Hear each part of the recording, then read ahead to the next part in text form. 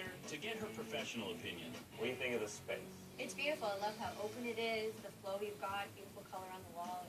It's a real bright, warm, open feeling. But she's not here for decorating advice. It's a lovely faux stone wall you have there. Why do you say that so sarcastically? You don't like it? You know what? At least it gives it a little bit of height. At least? At least? That's how you judge my work? Well, at least. On TV, it might look like real.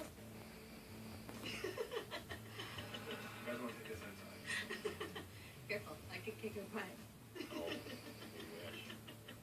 Hey, it's just personal preference. There's nothing wrong with it. In terms of adding value to the entire